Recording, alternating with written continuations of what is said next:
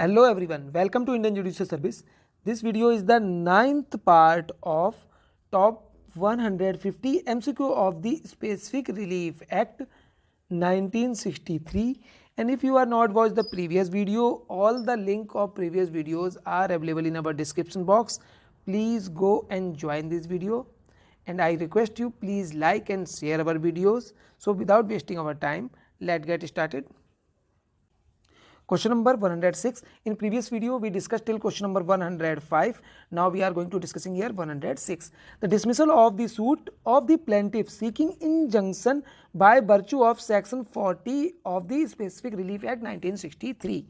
So option 1 here does not bar, this is very important, the plaintiff to sue for damage for breach for which the injunction was sought.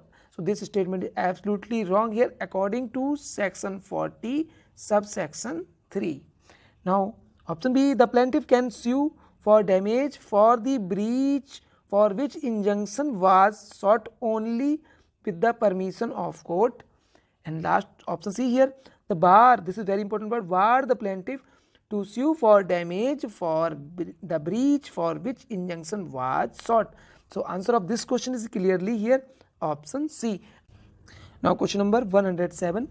In a suit for injunction under section 40 of the Specific Relief Act 1963, damages, so damages can be awarded only if the plaintiff has claimed the same in the plaint. So this statement is absolutely correct here according to section 40 subsection 2 of the Specific Relief Act. Subsection 2 dealt with no relief for damage. This is very important line. No relief for damage shall be granted under section 40 unless the plaintiff has claimed the relief in the plaint. So claim the relief in the plaint. So this is very important. यानी कि कोई भी जो है किसी भी प्रकार का जो अनुतोष जो है वो प्लेंटिफ को नहीं दिया जाएगा जब तक कि वो अपने बाद पत्र में ऐसे दावे ऐसे अनुतोष का दावा नहीं करता है. अगर वो दावा करेगा तभी उसको यहाँ पर रिलीफ दिया जाएगा. तो this thing is provided in section 40 subsection 2. So answer of this question here option A. Question number 108. Section 41 of the Specific Relief Act 1963 mention the cases in which, तो सेक्शन 41 जो है वो बात करता है, देखिए बहुत ही महत्वपूर्ण सेक्शन है ये. इसमें बताया गया है कि इंजंक्शन व्हेन रिफ्यूज्ड यानी कब व्यादेश को नामंजूर किया जाएगा. तो इसमें देखिए 10 जो है कारण बताए गए हैं जिसमें आप देख लीजिएगा. मल्टीप्लिसिटी ऑफ द प्रोसीडिंग्स की बात की गई है. सबऑर्डिनेट कोर्ट्स के यहाँ प्रोसीडिंग है जिसमें कि इंजेक्शन दिया जा रहा है वो प्रोसिक्यूटेड टू रिस्ट्रेन रोकी गई है. इस तरीके से लेजिस्लेटिव बॉडी के द्वारा वहाँ पर कुछ रिस्ट्रेन किया गया है. क्रिमिनल मैटर्स हैं. तो इस तरीके से कुल 10 यहाँ पर पॉइंट दिए गए हैं जिसमें कि यानी व्यादेश को नामंजूर किया जाता है. ठीक है. तो injunction when refused, so it is provided in section 41. So option A perpetual injunction can be granted, so it is absolutely wrong. Option B, perpetual injunction cannot be granted. Yes, this is correct here. Option C, both A and B, and option D, neither A nor B. So clearly answer of this question is here option B. Now question number 109. Injunction can be granted, option A here, in contract which can be specifically enforced. So this statement is absolutely correct here. Option B here, in contract which cannot be specifically enforced. Option C here, irrespective of whether the contract is specifically enforced or not. And option D here, either B or C. So clearly answer of this question is here option A, in contract which can be specifically enforced. Now question number 110. The relief by way of mandatory injunction. So first of all important thing, mandatory injunction is provided in section 39. So please आप section 39 को जरूर पढ़िएगा जिसमें आज्ञापक व्यादेश की बात की है. देखिए ये व्यादेश तो आज्ञापक है मगर इसका जो प्रोविज़न है वो डिस्क्रिशन ऑफ द कोर्ट है. यानी जितने भी जो व्यादेश दिए जाते हैं यानी इंजंक्शन कोर्ट के द्वारा दिए जाते हैं वो डिस्क्रिशन पावर है कोर्ट की. वो किसी पे मैंडेटरी, कोर्ट के ऊपर मैंडेटरी नहीं, कोर्ट को यहाँ देना ही पड़ेगा. तो कोर्ट का डिस्क्रिशनरी पावर है. हाँ ये जो व्यादेश है ये मैंडेटरी है. So the relief by way of the mandatory injunction is option A prohibitory, option B mandatory, option C discretionary, and option D none of the above. So clearly it is discretionary power of the court. So option C is correct here according to section 39 of the Specific Relief Act. Now question number 111, the provision of liquidated damages or penalty in a contract in the event of breach, option A here, is not sufficient to rebut the presumption of section 10 of the SRA, Specific Relief Act 1963.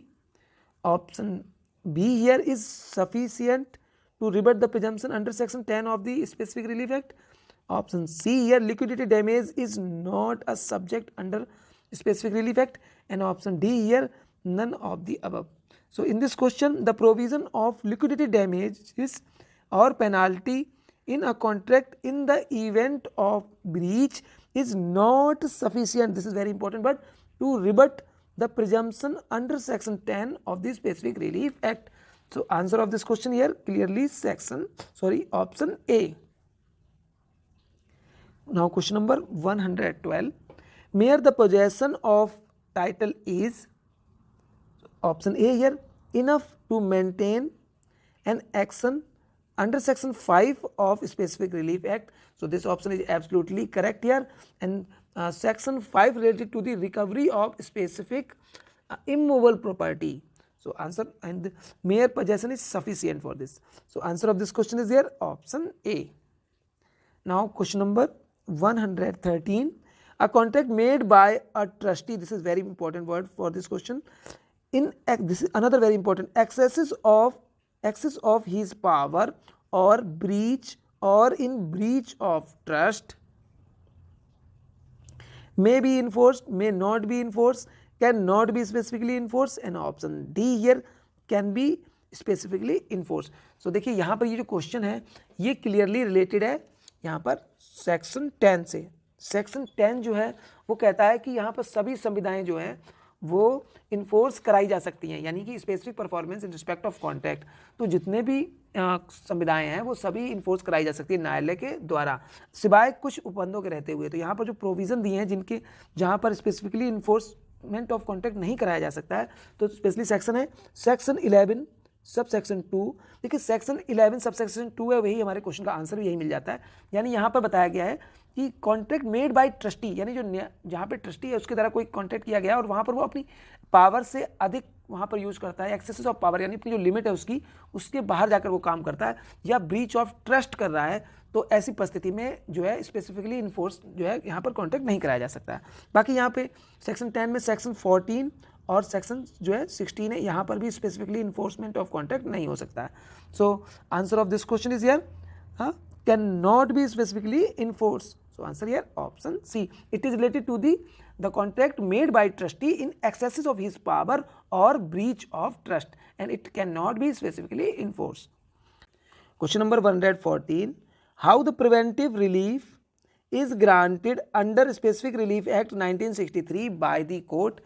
देखिए preventive relief का जो प्रावधान है वो दिया गया है धारा 36 में। धारा 36 जो है वो स्पेसिफिक रिलीफ एक्ट की क्या कहती है? देखिए सबसे पहले तो प्रिवेंटिव रिलीफ जो है भाग 3 में जो है चैप्टर नंबर जो है 7 में जो है प्रिवेंटिव रिलीफ बताया गया, और स्पेशली धारा 36 यानी 36 जो सेक्शन है वो कहता है प्रिवेंटिव रिलीफ हाउ ग्रांटेड। तो देखिए यहाँ पे हिंदी में इसको कहा जाएगा निवारक अनुतोष कैसे अनुदत्त किया जाता है। तो preventive relief is granted eight the discretion of the court. So this is very important word, discretion of the court. तो जो प्रिवेंटिव रिलीफ होता है जो ये क्या होता है न्यायालय के विवेकानुसार दिया जाता है, ठीक है। और किसके कैसे दिया जाएगा? तो बाय इंजंक्शन दिया जाएगा। तो it is given by the injunction. और इंजंक्शन यहाँ पे कितने प्रकार के दिए जा रहे हैं? तो यहाँ पे देखिए 2 टाइप के इंजंक्शन दिए गए हैं। So first one is here temporary injunction and another important injunction is here perpetual injunction. So यहाँ पे जो अनदर इंजंक्शन दिया गया है इट इज़ परपेचुअल, जिसको हम लोग शाश्वत व्यादेश कहते हैं।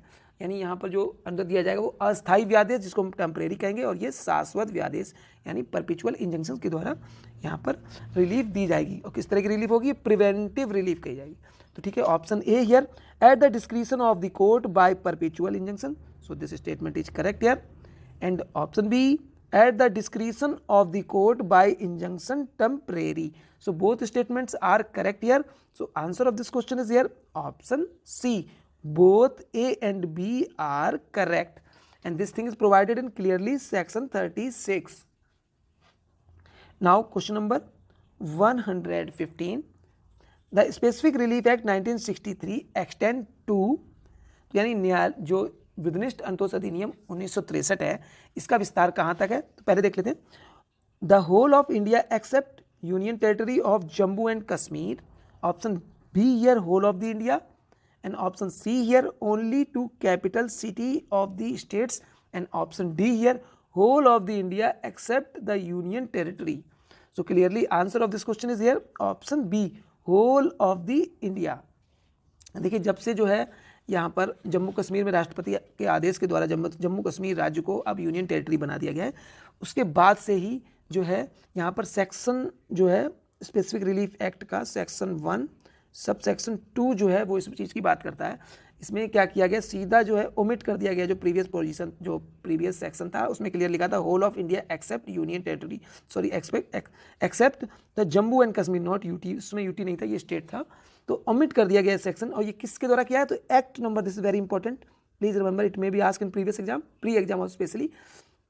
सो एक्ट 34 ऑफ 2019, यानी, और ये कब से इन्फोर्स हुआ है? तो क्लियरली यहाँ पर 31 अक्टूबर 2019 से ये इन्फोर्स हुआ है. इसके बाद से स्पेसिफिक रिलीफ एक्ट जो है वो अब पूरे भारत में लागू है, जिसमें Jammu Kashmir, union territory of Jammu Kashmir भी शामिल है. इससे पहले पूरे भारत में लागू था सिवाय जम्मू कश्मीर राज्य को छोड़कर, जिसको अब ओमिट करके जो है इस एक्ट के द्वारा अब ये जो है पूरे भारत में लागू है. So answer of this question is here option B. Now question number 116. Specific Relief Act can be granted only for the purpose of, so only for the purpose of enforcing individual civil right, this is very important, and not for the mere purpose of enforcing penal law. So clearly answer here option A. यानी जो specific relief act है उसका जो उद्देश्य वो कहाँ पर लागू होता है, यानी एक व्यक्तिगत रूप से इंडिविजुअल सिविल राइट को यहाँ इन्फोर्स कराता है, ना कि यहाँ पर क्रिमिनल लॉ को इन्फोर्स कराने के लिए. ठीक है, तो आंसर हो जाएगा option A. Now question number 117 dot A dot dot dot dash here. Injunction can only be granted by decree. This is very important word here. Decree made at the hearing and upon the merit. This is another very important word. Upon the merit of the suit, the defendant is thereby perpetually enjoy from the assertion of a right or the commission of an act which could be contrary to the right of the plaintiff. Option A here perpetual injunction, option B here temporary injunction, option C both A and B, and option D none of them. So clearly answer here option A perpetual injunction. So this ये question जो है यहाँ पर clearly कहता है perpetual injunction की बात की गई है, और जो परपेचुअल इंजंक्शन जो होता है इसमें डिक्री के द्वारा ही जो है यहाँ पर प्रावधान दिया गया, डिक्री के द्वारा इसको इन्फोर्स कराया जाता है और ये मेरिट पे इसका इन्फोर्समेंट किया जाता है. तो ये चीज़ है, और ये क्लियरली कहाँ पर बताया गया है? सो ये क्लियरली बताया गया है सेक्शन 37 सब सेक्शन 2. सेक्शन 37 किसकी बात करता है? टेम्परेरी एंड परपेचुअल इंजंक्शन की बात करता है. सब सेक्शन 1 जो है वो टेम्परेरी इंजंक्शन की बात करता है, जो कि स्पेसिफाइड टाइम में और किसी फर्दर ऑर्डर में at any stage of suit पे दिया जा सकता है, जबकि परपेचुअल इंजंक्शन जो है it is only grant by the decree दिया जाता है और ये मेरिट ऑफ द सूट पे होता है. ठीक है, तो ये चीज़ है. तो यहाँ पे आंसर हो जाएगा option A perpetual injunction under sub section 2 of section 37 of specific relief act. Now question number 118. Any person interested in a contract may sue to have it rescinded, and such rescission may be adjudged by the court, in which case option A here where the contract is unlawful for causes not apparent on its face and the defendant is more to blame than the plaintiff. Option B here where the contract is voidable or terminable by the plaintiff. Option C here both A and B, and option D here, none of the above. So clearly answer of this question is here option C, both A and B are correct. Now question number 119. Injunctions are such as are to continue, this is very important, until a specific time or until further order, this is very important word, specific time or until further order of the court, and they may be granted at any stage, this is most important word, they may be granted at any stage of a suit and are regulated by CPC 1908. So clearly it is temporary injunction. So answer here option B, and this thing is clearly provided in section, अभी हमने इस पे बात भी की थी, section 37 subsection 1 of the specific relief act. और ये सेक्शन किसकी बात करता है? ये टेम्परेरी इंजंक्शन की बात करता है. ठीक है, नेक्स्ट क्वेश्चन पे जाते हैं. Final question of this video, question number 120. The following contract can not be specifically enforced, namely option A here, a contract the performance of which involve the performance of continuous duty which the court cannot supervise. So this statement is absolutely correct and it cannot be enforced specifically. So answer of this question is here option A, and this thing is clearly provided in section 14 clause B, and section 14 dealt with the contract which cannot be specifically enforced. यानी धारा 14 जो है, जैसा कि हमने पहले बात भी की थी अभी, कि यानी sub section 2 of section 11, section 14 और सेक्शन 16 जिनको ऐसे संविधाएं हैं जिनको हम स्पेसिफिकली इन्फोर्स नहीं करा सकते, तो उसी में से देखिए सेक्शन 14 है, उसका क्लॉज बी जो है इस चीज़ की बात करता है और इसको स्पेसिफिकली इन्फोर्स नहीं कराया जाता. यहाँ मोस्ट इंपॉर्टेंट पार्ट है कि कोई ऐसी परफॉर्मेंस ऑफ कॉन्ट्रैक्ट जो कंटिन्यूअस ड्यूटी पर आधारित है और यहाँ पर कोर्ट उसको सुपरवाइज नहीं कर सकता है. तो ये चीज़ थी. तो answer of this question is here option A. Now we are going to finish this video. अगर भाई ये वीडियो आपको पसंद आया तो वीडियो को लाइक जरूर कर दीजिए, और अगर आपको इस वीडियो की पीडीएफ चाहिए तो पीडीएफ आपको टेलीग्राम ग्रुप में मिल जाएगी. टेलीग्राम ग्रुप का जो लिंक है वो डिस्क्रिप्शन में दिया गया, वहाँ से जाके आपसे ज्वाइन कर सकते हैं. और इस वीडियो का जो लाइक का टारगेट है 50 लाइक्स का, जैसे ही 50 लाइक्स कंप्लीट हो जाएंगे पीडीएफ जो है फुल पीडीएफ जो होगी वो हमारे टेलीग्राम ग्रुप पे अवेलेबल हो जाएगी. और आप लोग कृपया करके वीडियो को लाइक जरूर कर दिया करिए जिससे कि टारगेट कंप्लीट हो जाए. जैसे ही कंप्लीट होगा उसमें फुल उस पीडीएफ में फुल 150 क्वेश्चन अवेलेबल हो जाएंगे. ठीक है, thank you for watching Indian judicial service.